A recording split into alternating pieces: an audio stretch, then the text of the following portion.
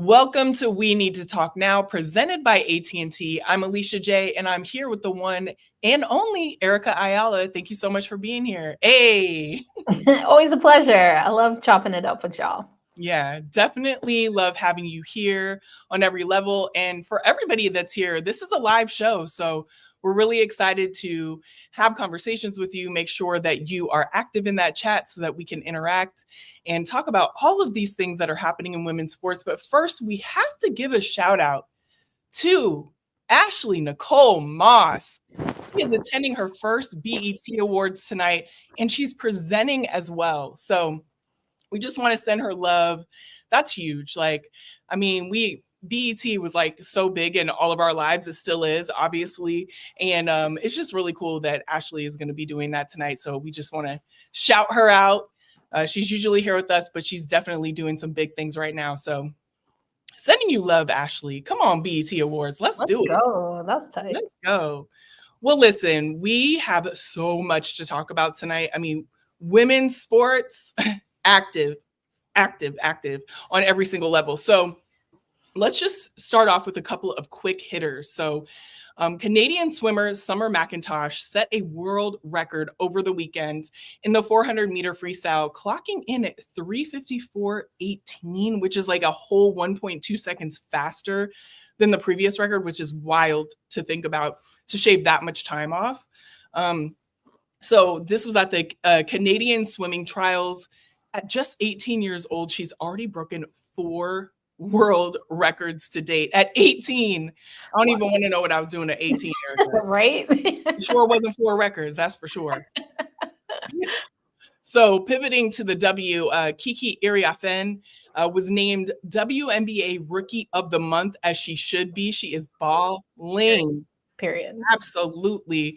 And Alicia Gray was named Eastern Conference Player of the Month, and Nafisa Collier, come on now, she better ball out, Western Conference Player of the Month as well. So much to cover in the W, and we're going to be talking about a lot of that today. The Sky versus Fever matchup over the weekend. Woo, we got to get into that for sure. Golden State also had a monster game and sent a message, over the Aces. So we're going to get into some discussion about the Valkyries. Jonquel Jones in a league of her own, Eric. Period. And we have to talk about her. Coco Gauff, she made her rounds this morning after her big win that she had at Roland Garros. And so we have to get into that. There was a lot of discussions around her win. And then the Women's College World Series came to a close in a historic fashion. You were there. I was. So we're going to talk all about that, because when I tell you there were so many storylines, and I'm really into it. My god baby, Dallas, she is a softball player. Hey. She loves every single aspect of it. And so I'm getting more into it. You know, it's really amazing to see the sport through her eyes and just everything that she's doing. And so I want to know everything there. So we will get into that. But we always like to open the show, with a segment that we like to call We Need to Talk About.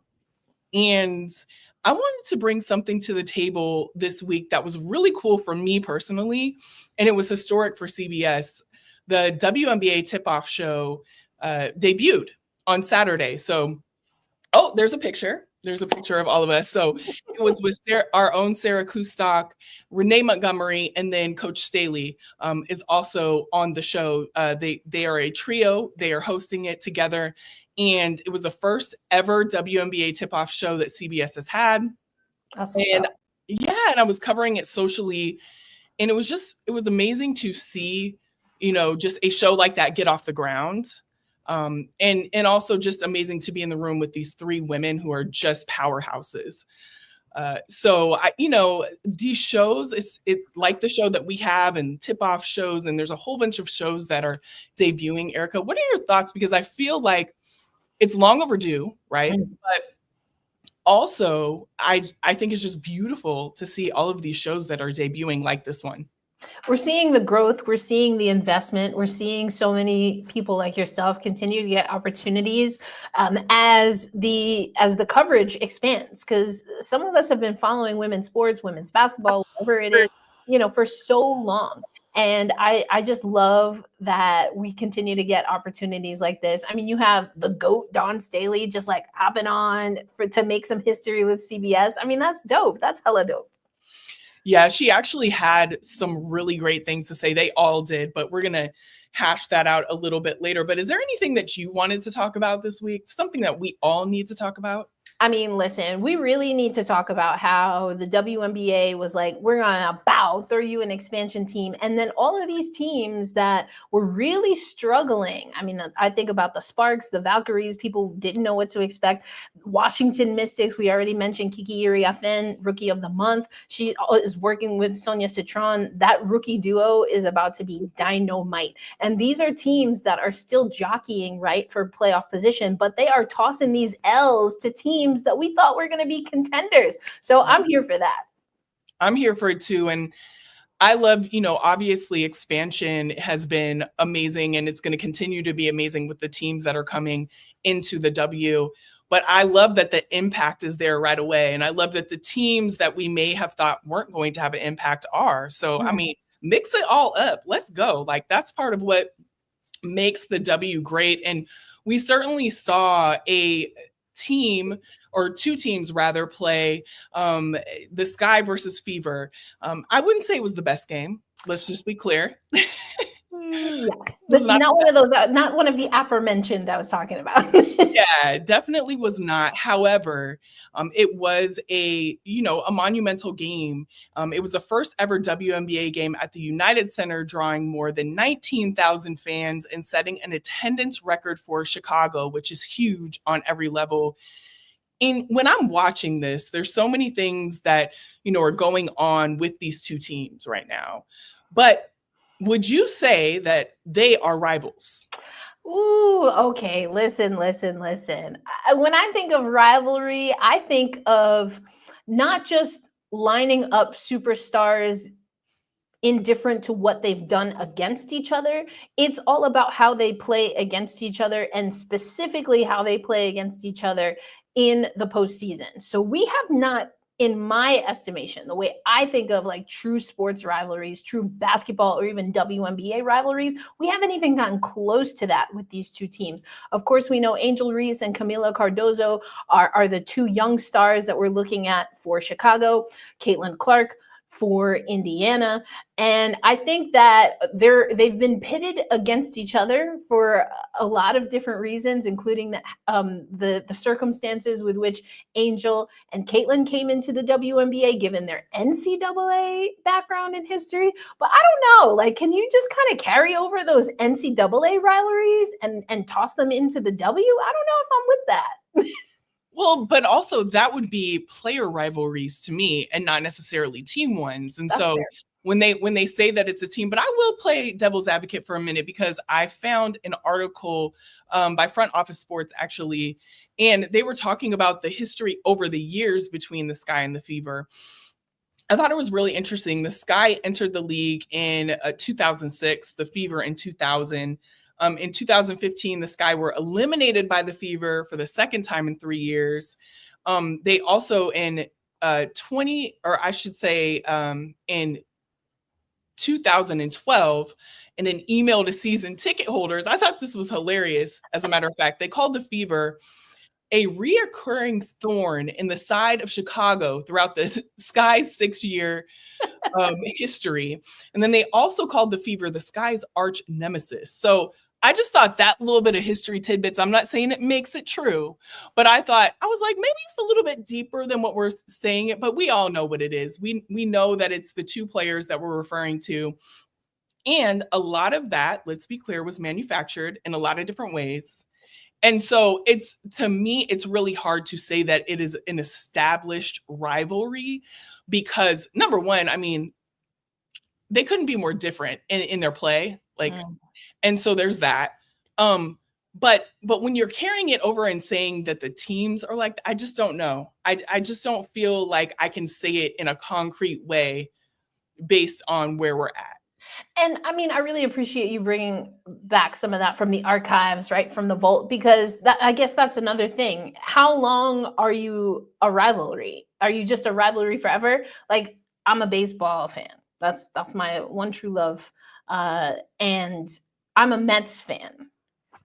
I don't mess with them Yankees. I respect them because I'm a baseball fan. But that's not for me. That's not for me. And that will always be the case. If the Mets up and moved, Big Papi once said, "Oh, the Mets should move to Oklahoma." First of all, no. Second of all, I thought that was hilarious because I now live in Oklahoma. But first of all, no. But the point is, like, do I stop being a Yankee hater just because the Mets are reload? I don't know. Like, that is an epic rivalry to me. Right. I don't know. So I don't know. Like, do we have these baked in or like genuine rivalries that surpass generational talent to generational talent in the W? I don't know. I don't know either. And I actually would love to hear if there are any comments from anybody listening right now, how they feel about the rivalry, because it is one of those that I think we could sit here and debate on it all day, to be honest with you. Abby Sports Picks and Analysis said, nope, not even close to a rivalry. And I think that's where we're veering towards right now, for sure. Max Wills says they are not. Well, I'm guessing you're saying rivals. They are not rivals. They have never been rivals. It was only Angel Reese and Caitlin Clark. And again, that speaks back to what we were saying. It's more of a player thing than it is a team thing. When you look at these matchups and, the attendance records that are being hit and the viewership records and everything, a lot of it is fueled by the player matchup and not necessarily the team matchup. Chicago Cheetah said, I never liked it because they don't even play the same position, not even close. I know that's right. Again, not the same players. Brandon said the fans don't like each other. So kind of a rivalry. Maybe. I mean, maybe that's kind of what I was just saying about Mets versus Yankees, right? I saw the Juan Soto comment in there too. Holla at my Mets. There it is. Gotta put that up for you, Erica. Gotta put it up. Well, this is Angel Reese. Okay, let's go back to Chicago Cheetah right here. Angel Reese versus Kiki Iriafen. That should be something I definitely want. That is some must see TV for sure right there. I like that. So yeah, well, that's going to be a conversation we're going to have for a really long time, I think. Yeah. Fortunately and unfortunately, right? There's pros and cons to it for sure. But let's talk a little bit about other things that occurred. Unfortunately, Courtney Vandersloot tore her ACL, and it was so hard to see. And I am so tired of seeing all these injuries, Erica. Oh my gosh, it's brutal. It's brutal. Yeah, we will definitely hit on ACLs a few more times in the rundown we have for today. But yeah, I mean, the injuries, and you think of how everything from the courts to how shoes have changed. They changed the trajectory of how the wear and tear impacts the athlete's body. I mean, we're talking about Courtney Vandersloot, but we've also seen these injuries, unfortunately, really pop up when it comes to the NWSL or just women's soccer overall. And so as we continue to get bigger, faster, stronger, the training is different, the competition is different, the literal equipment is different. I do wonder, like, what are the bigger conversations about how that does impact a player's body, and if the training is keeping up with, again, all of these other things that are happening. But you see a veteran player comes back to Chicago where she won her first WNBA title, was expected to really be huge for that Chicago Sky team as a leader, as a veteran point guard, which a true one, a veteran one in the WNBA is so rare. You want to latch onto that. And then you see no contact, goes down early in that game against Indiana. It's tough. That's going to be a tough blow for a Chicago team that was starting to figure things out, but has had their challenges throughout this season. Definitely had their challenges. And not to say that she can't impact, from the sideline, because, with that leadership, that veteran leadership, there's definitely you can still impact once you have your surgery and come back. You can lead in different ways, but they certainly need her out there on every single level. And it was just hard to see Sloot go down, period. She's such a fantastic player, a vet in this league. You hate to see an injury at any time. And definitely with Sloot, it was really hard to see. HVL should start now. Now, what do you think about that, Erica, when you see that? I mean, I almost think they lightweight have to. Right. That's kind of it, and the sparks stand out to me because we've seen SA, Sarah Ashley Barker, someone who I actually recently spoke to. She was starting for a while because of so many injuries with the Sparks. And then we've had the conversation right before about, should Dominic Malunga be getting more minutes? We see what's happening in Washington with Sonia Citron and Kiki Iriafen. Sometimes you got to let that rookie do the rookie things, and just learn on the fly. Like you said, what options do we have here? Again, at a true point guard, of course, you have Kia Nurse, not necessarily her best season. And I wouldn't say that Nurse is an option really as your lead guard. So yeah, I'm thinking Haley Van Lith is going to get significant minutes, give her an opportunity to show what she can do. And we've seen HVL step up in so many different ways in college, like where she just came and balled out when she was called up and they needed her. And so I definitely can see that she could step up and really put in some good minutes. It is a lot, as a rookie, to come in and have to do the things that you're doing. But with all of these injuries, it's one of those things that's necessary, and also with just the lack of roster spots. And when injuries hit like this, like some people are just going to have to play that normally probably wouldn't, because that's all you got. That's all you got. You mentioned roster spots. There's not a feeder system. So it's not like you have players that are necessarily quote unquote practice players, which we see in other women's leagues that are at least integrated into the team, even if they're not there with the team on game day. So yeah, I mean, we do know there are CBA negotiations happening right now. So I'm very curious to see, as you already mentioned, with the prominence of injuries, how that impacts what we see in the next collective bargaining agreement. Well, someone who has definitely impacted the Fever in different ways is Aari McDonald. Definitely has come in and just like integrated seamlessly into the team. Coach White really gave her flowers because, she came in, she was like aggressive. She set the tone. Her defense was there. I mean, everything that the Fever needed, she came in, stepped in and gave. And I think that's, even though I hate the fact that there's so many injuries and there are things that are going on, I think that's one of the beautiful things about the league is that, there's so many talented players. Like every single player is talented, and they're going to come in, give their minutes, step up in different ways, and have a story like Aari. What are your thoughts on her play right now? She is looking like an amazing spark for this team. We know, in addition to Caitlin Clark being out, Sophie Cunningham has been out. Sydney Colson was out for a little spell here. And, this is a squad that they have deep playoff run. Dare I even say, dare I say it? They've already said, right? They want to be a championship caliber team sooner rather than later. And to have someone come in, just steady things for this team, give you great minutes, give you energy, be able to facilitate. I like it. I like what I'm seeing. Yeah, I like what I'm seeing too. And, nobody wants to see a player out. Nobody wanted to see Caitlin go out. But I really think that at this point in the season for the Fever, it is actually good for them because they're seeing like how they're going to be without a basketball player like Caitlin. And they're also seeing who's stepping up and who they really need to be on this Fever team to win like they say that they want to. So Caitlin, she obviously isn't in the game, but one thing she is doing is she's doing a little coaching from the sideline now. She's doing a little bit, right? A little bit. It's definitely been something that people are talking about. And from the WNBA tip-off show, the first one that CBS has ever had, Coach Staley had something to say about this, so I thought we should take a look. Coach, what are you going to have your eyes locked in on early? I'm going to be locked in on Caitlin Clark as assistant coach. Okay. animated Caitlin Clark assistant coach, she's probably going to be saying, get Aaliyah the ball. I mean, she was saying a lot. She was saying a lot. When you see Caitlin, essentially coaching from the sideline, because that is what is happening. What are your thoughts? I mean, do you think we are going to see like a Coach Clark in the future?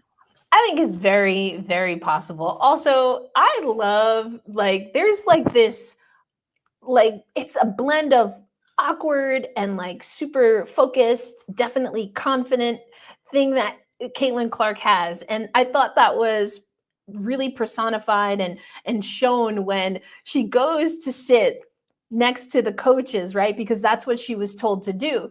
And so it's like, if you ever seen that movie Eddie with Whoopi Goldberg, and she's like the honorary coach. And so she sits right next to the head coach, and then the next assistant comes and she slides over. And then the next assistant comes and she slides over. Like Caitlin Clark had a real moment like that. It was taking me back to the 90s, in the 2000s in that movie with Whoopi Goldberg. I thought that was hilarious because Caitlin Clark's like, oh, if I'm a coach, I'm gonna sit with the big dog. You know what I'm saying? I thought that was hilarious. But we know that Caitlin Clark, again, a point guard, sees the whole court. We know she can be extremely animated. And I love that Dawn was giving us those coach hands, right? The coach point. There's just a special way that coaches use their hands. And she was like, oh, yeah, that's what I'm locked in on. I think it's going to be fantastic to see if Caitlin Clark, though, is able to utilize some of what she learned while playing, baby coach to now be a better leader, an even better leader for this Indiana Fever squad once she's healthy. Yeah. Somebody remembered the movie because they said, I like the part where Whoopi was dancing with the cheerleaders. Yes. Oh, I remember that. I could do the whole thing. We ain't got time for all that, but on another episode. No, we're definitely going to do that at some point. You can't pull that out and say that. Halloween episode, right? Oh my goodness. Well, listen, one thing, in addition to watching the movie Eddie, everybody got to go back and take a look at that, right? One team that we have definitely been watching are the Golden State Valkyries, and they made a huge statement recently, winning over the Aces. Now, we could talk about the Aces and what's going on with them and how much, they got some things to work out. Okay, let's be clear. Let's be clear. But Veronica Burton is having a career year to start, has emerged as a leader offensively and defensively, is averaging 12.8 points per game. Against Las Vegas in that game, rather, had 14, 12 assists, or career high, 7 rebounds, putting herself in the conversation for most improved player, certainly at this point in the season. And they just signed Letitia Amihir as well. They had released her earlier in the season and just signed her, and she had a stellar couple of games with them. So it's really good to see her come back. Even though as a player, I'm thinking it'd be kind of hard to do that. But, in the W, you got to get your spot. You got to get your spot when you can get it. Stay ready. When you look at these kind of moves that they're having, the play of the players on the team and the statement they made against Vegas or over Vegas, what are your thoughts on this Valkyries team? I am always going to root for a scrappy team, a team that knows exactly where they stand. And they're like, okay, go ahead and doubt me. Say what you got to say. Do your worst, because we know who we are. We know we got a bunch of dogs. And the way that this Valkyries team was built, when I saw they took Kate Martin, Kayla Thornton, who had a fantastic, not only a season high, but I believe it was also a career high in that game against the Aces to get that win for the Valkyries. These are players that have been role players. Kate Martin, we have to go to the NCAA, working alongside Caitlin Clark. Kayla Thornton, a role player for the New York Liberty last year. Veronica Burton, I think, has moved around here and there, but always has a steady anchoring presence in the minutes that she's able to give. I love that. I'm here for it. And I've said this before in hockey, and maybe we're starting to see this also in the W. And don't forget, we got more expansion teams. That means more expansion drafts. But there is a saying in the National Hockey League, when there's an expansion draft, that you have this, kind of revenge game, or you're a little more juiced up when you play against a team that did not protect you going into an expansion year. And so you want to get your lick back. Yes. I don't know. Maybe the Valkyries, I don't know if they've said anything to that effect, but they're playing like they're trying to be out here and get their lick back. Oh, you let me go? Oh, you broke up with me? Bet. Let's see what happens on the court. Bet. You know what I'm saying? And there were so many other storylines too. I was thinking about Natalie Nakase, how that was her former team. Mm-hmm. We have that. There was so many different layers, like getting your leg back and all that. I mean, there was that, but also I just think that they are really locking into where they want this team to be. I've said this on this podcast before. I worked for the Golden State Warriors for a number of years, and I know how that ownership group works. They aren't talking about building. They want to see what happens right now. Right. And Natalie Nakase has talked about that. They've Yep. talked about having a killer mentality. Yep. And this is the point in the season where you're just really starting to figure out how you can lock in. And I think they're really doing that. And I think, adding Letitia back, is a huge thing. I actually like that move a lot. It was confusing as to why they had to let her go, but it was also just roster spots. There was a lot of logistics around that. Yeah.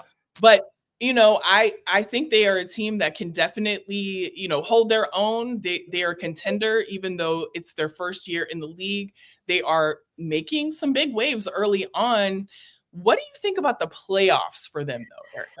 I think that it's a possibility. I think there are other teams that have not yet found their stride. I mentioned the Sparks in passing earlier. I do think they're starting to get there. I think the Sparks are a team also I could see potentially making a push to get into the playoffs.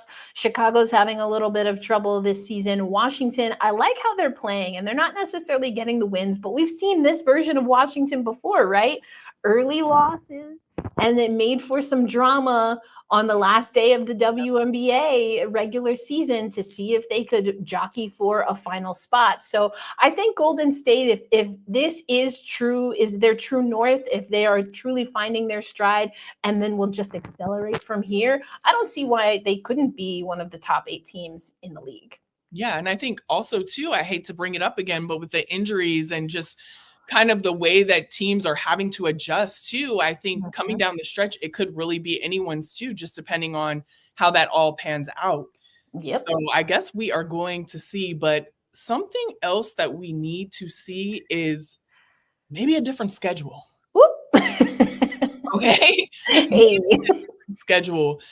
There has been a lot of conversation around the addition of games. Satu Sabali actually said she made a statement about this, and it wasn't really hinting at the schedule not favoring the players. It was very robust. She said when it came to rest and recovery, specifically, Kathy, Commissioner Engelbert, added a lot of games, and us as players, recovery is so important. We put our bodies on the line every single time, and we had 9 games in 18 days. It's not really responsible for a commissioner. I think other teams have like 3 back-to-backs. So it's just a lot of things that we could clean up in terms of scheduling. And then over the course of a long season, that's really hard to do. And later added that 9 games in 18 days, how much can you recover?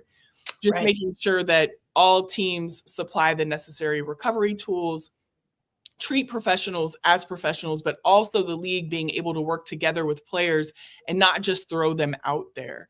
So, adding these games, I mean, it's gone from 32 games to 44 games in the span of 4 years.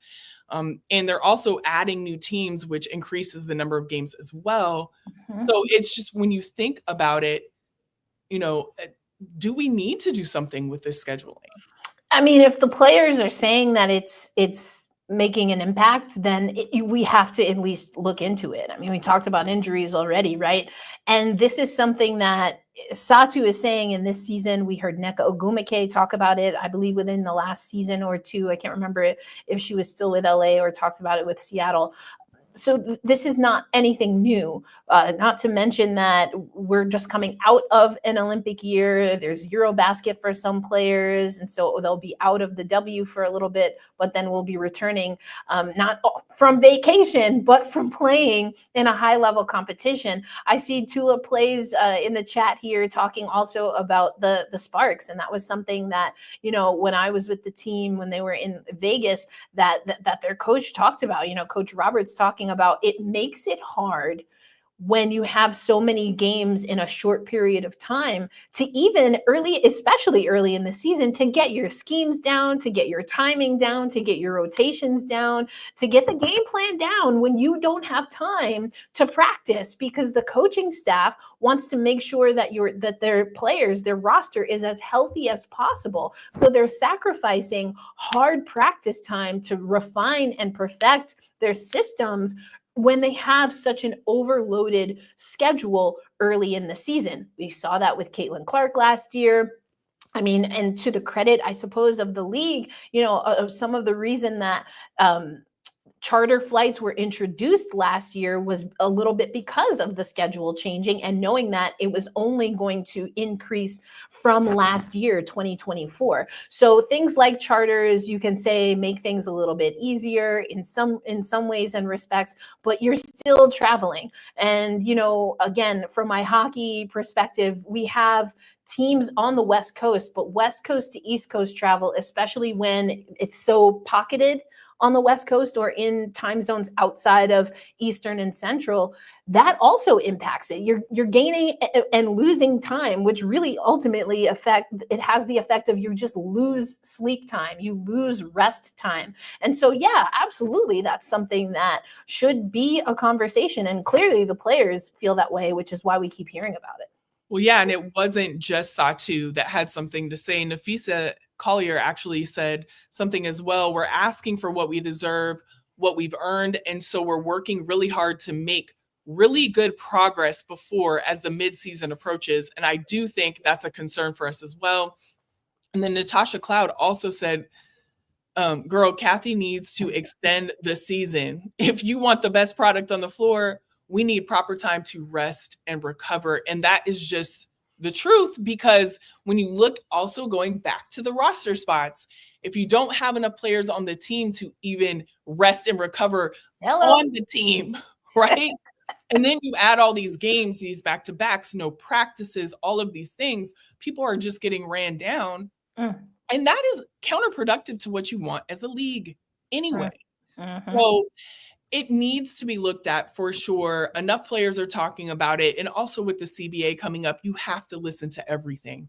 You have to, because you're getting the blueprint for what needs to be changed, in my opinion.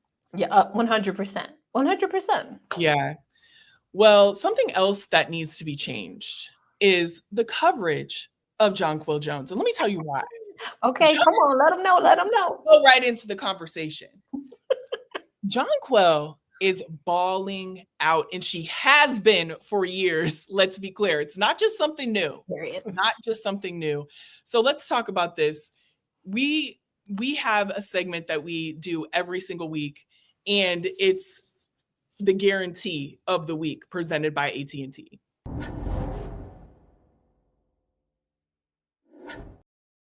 And as I just, bluntly alluded to, this week's guaranteed is some much deserved flowers for Jonquel Jones. I mean, when I tell you that she has been putting up numbers that I can't believe that people are not talking about every single night. She's the only player currently averaging a double-double this season, which in itself should be talked about more. Leads the Liberty in rebounding, blocks, and double-doubles. Her three-point percentage is up this season, 42.9%, but she's been shooting from long range since the 2018 season. Reigning finals MVP, former league MVP, elite two-way player that can dominate on both ends, and one of the most complete players in the WNBA, and many would argue the best player on the Liberty. And when I look at what Jonquel has done in her career and what she's doing currently right now, that she should be everywhere. You know, I mean, we have some amazing players in this league that get a lot of burn, and that's great. They should. But when you look at what she is doing, yes, let's go. 42.9% is better than most shooting guards. I mean, come on. That's wild. I mean, I think the only thing that you said that I probably have to call out a little bit respectfully, you know, it's all love, sis, but like, I mean, is this arguably, is this hypothetically? I mean, Jonquel Jones, in my estimation, has been the most clutch player for the New York Liberty, at least since 2023 when they lost to Vegas. Because that run to get to Vegas in the final was fueled by the consistency of Jonquel Jones. You talk about the 42.9 from deep and like just shooting that thing. I mean, like Ghost said in the chat, there are guards that wish they could shoot at that clip, right? This is the stat though that I think is wild. The New York Liberty are 27-0. 27-0 in the regular season when Jonquel Jones has a double-double. And she's averaging a double-double right now. I mean, listen, I take out the arguably because I was just saying that for the sake of talking. But we all know that JJ is, I mean, irreplaceable, number one. But also, she is the reason why they won, in my opinion. I mean, if you did not have a JJ, you're not winning the chip. You're not. No, because that is and you know, this is something I cannot wait. I literally cannot wait. And I'm so sad that we have to wait to see the Minnesota versus New York Liberty matchup until later in this season. But the Minnesota Lynx kind of reverse engineered in some ways what the New York Liberty have done. They have, both teams have these almost positionless rosters, and they have size and length, and they have shooting. The fact that Jonquel Jones, your center, a true center, because arguably Minnesota, do they, you know, at least last season, did they really have a center? I don't know. Your center, your true center for the New York Liberty is just as capable of shooting lights out threes as Sabrina Ionescu, who now has the franchise record for threes for the New York Liberty. And it was the fastest WNBA player ever to 400. That is like, that's wild. We see players like A'ja Wilson starting to expand her game from to the perimeter. Even Kia Stokes, who's not known for her offense, is starting to get more comfortable. We go to a player like Dominique Malunga, a rookie, who can shoot from there. Jonquel Jones is leading the pack, though, in my opinion, when it comes to post players who can spray from anywhere on the court. And that is lethal. That is dangerous, because she is definitely taking you down on the block. And then, oh my gosh, there was a game against Connecticut, and she went up to shoot. It looked like she got in her shooting position, you know, her 3-point stance. She got in her shooting position. Tina Charles, one of the best to ever do it, goes out on the perimeter to guard her. Jonquel Jones puts the ball down, dribbles past a Hall of Famer in Tina Charles to get a bucket. That, like, you now have to face guard Jonquel Jones at the 3-point line. That's insane. That's insane to me.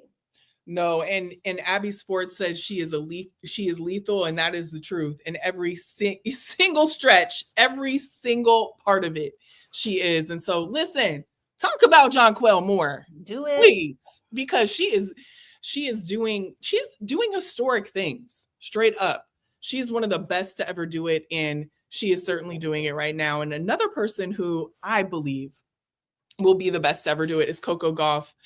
And we have to give her all of her flowers, because she won her second singles title over the weekend, finally taking home the trophy at Roland Garros 3 years after making her first Grand Slam final at the same tournament. Coco saying that she wants to be the greatest. And I personally, like, looking at the trajectory of what she's doing. I mean, listen, she's only 21 years old, She's only 21 years old, and I mean, she is definitely doing everything that she's like on track to be the greatest for sure. Sunday was her 27th match win at Roland Garros, and tying her for the fourth most in the Open era for a woman before her 22nd birthday. Broke tie with Serena Williams in semis for the second most wins by an American woman, behind just Chris Everett. So literally, I mean, you can go down the line. First American to win the title at Roland Garros since Serena in 2015. I mean, everything that she is doing it's one of those things where we're gonna talk about. I remember when I saw her do this, and I absolutely love it. She's doing it with such grace. She's doing it with a confidence that is just like, she knows who she is. She's been in this sport forever. You see these videos of her where like you see Serena and then her in the background as a kid just watching her. Yeah. And now she's doing the things that Serena was doing. That's it. I mean, historic on every single level. So when you look at it, do you think that she could possibly be the greatest? I mean, it's looking really promising. There are still a lot of things that the Williams sisters have done for tennis that are, when you're a pioneer versus, like, it's hard, in my opinion, to topple certain people in their respective sports, in their respective areas. The Williams sisters come pretty close to that. Now, you can argue when it comes to tournaments and wins and, you know, things of that nature, over-ranked opponents, those are all things up for interpretation. Mm-hmm. I think that the path, though, that is laid for Coco and the impact that she has, even within how the sport moves and how the sport is perceived in overall society, those are where, or those areas are where I'm like, I don't know. She's so young. She's been playing while the Williams sisters were still playing. So I'm not sure that baton in and of itself has completely been handed off. That being said, when it comes to the tennis, honey, she's looking phenomenal. She's young. She's beating top opponents. She's able to find her game. And so, yeah, I think that absolutely she's going to be one of the greatest, if not the greatest, when it comes down to how she can perform on the court, and if and when and how she finds her voice and her stride outside of that. I personally cannot wait. Yeah, I cannot wait either. And Serena is still the GOAT for sure. We can say that for sure. But however, the way Coco is playing, she has a chance to get up there. And she even said it herself, I want to be the greatest. My dad told me that I could do this when I was 8. Obviously, you never believe it. I'm still like not 100% confident, but like you have to just say things. You never know what happens. And I also want to give a shout out to her dad and her mom. Hey, let's go. I mean, her dad and her mom, obviously huge supporters of her entire life. But I just love, you're watching her mom praying in the stands. And then you also see her dad, when she fell in that clay at the end, he came with a towel. I don't know where she said she didn't even know where he got the towel from, but he came with the towel, got her all cleaned up so she could be ready for her TikTok thing with the trophy. So I mean, you got to give a shout out to her parents too, because they've raised such an amazing woman. But also just a woman who knows who she is, where she wants to go, is transparent. I love that too. She talks about like her feelings and her confidence and everything all the time, and also just does everything with such grace. Yeah, she's phenomenal. Cannot wait to see what happens, because the best is yet to come. I think we can all agree on that. Yeah, we can definitely agree on that for sure. And if you don't even comment, because we don't want to have to clown you. So one thing that I could not wait to talk to you about, Erica, is the WCWS. Now, we just had, Texas won their first ever title, and it was amazing to see on every level. As somebody who admittedly is just getting into softball, it wasn't a sport that I have been versed in my entire life. It's just exciting to see these women out here. I mean, just absolutely beasting in softball. Like, I absolutely love watching it. It's so electric on every level. And, Texas, with this being their first title, you were there. What was it like to watch them win this? We knew going into what did turn out to be a best of 3 series that either way, there was going to be a new NCAA champion. And either way, that champion was going to be from the Lone Star State. And so that in and of itself, Oklahoma being so close to Texas, the buzz, the excitement was palpable. And this was actually my first Women's College World Series experience. I played softball at Elon University, just to be clear, at Elon University. And, shout out to Go Phoenix. They did make the tournament this year, but, didn't get to the championship series. Of course, we saw Texas and Texas Tech there. But then there was a buzz because people were talking about NIL money and your first $1 million NCAA softball player in Najiri Kennedy, and Texas Tech investing in women, investing in their softball program, a team that had never been to a super regional, now getting to a 3-game series against a powerhouse like Texas. The storylines go on and on and on. And of course, there were a few, storms and blackouts and fun things that happened, weather-wise, but this was a fantastic series. It got busted wide open. The offense definitely opened up. Unfortunately for Texas Tech and Kennedy, she just hit a wall. But that's going to happen when you pitch every game. Absolutely. At Devon Park. Like, that's how much they leaned on their ace till the wheels fall off. If till the wheels fall off was a team, that was Texas Tech. It just didn't work in their favor. But for Texas to win, and Kat Osterman is a legend of the game, of the national team program, and now with the AUSL, which is Athletes Unlimited Softball League that started the day after Game 3. There's just so much buzz and excitement and investment coming into women's softball. We saw viewership numbers were up the highest they've ever been. Attendance numbers were up highest they've ever been. And I'm just going to put it out here like this. The fact that it was a sister in the circle, okay? As the top pitcher coming in, money wise, ERA wise, there you go. But I have to give a shout out to Tegan Cavan. You have sometimes in pitching a player that's going to be dominant and they can strike people out like we see Canada do.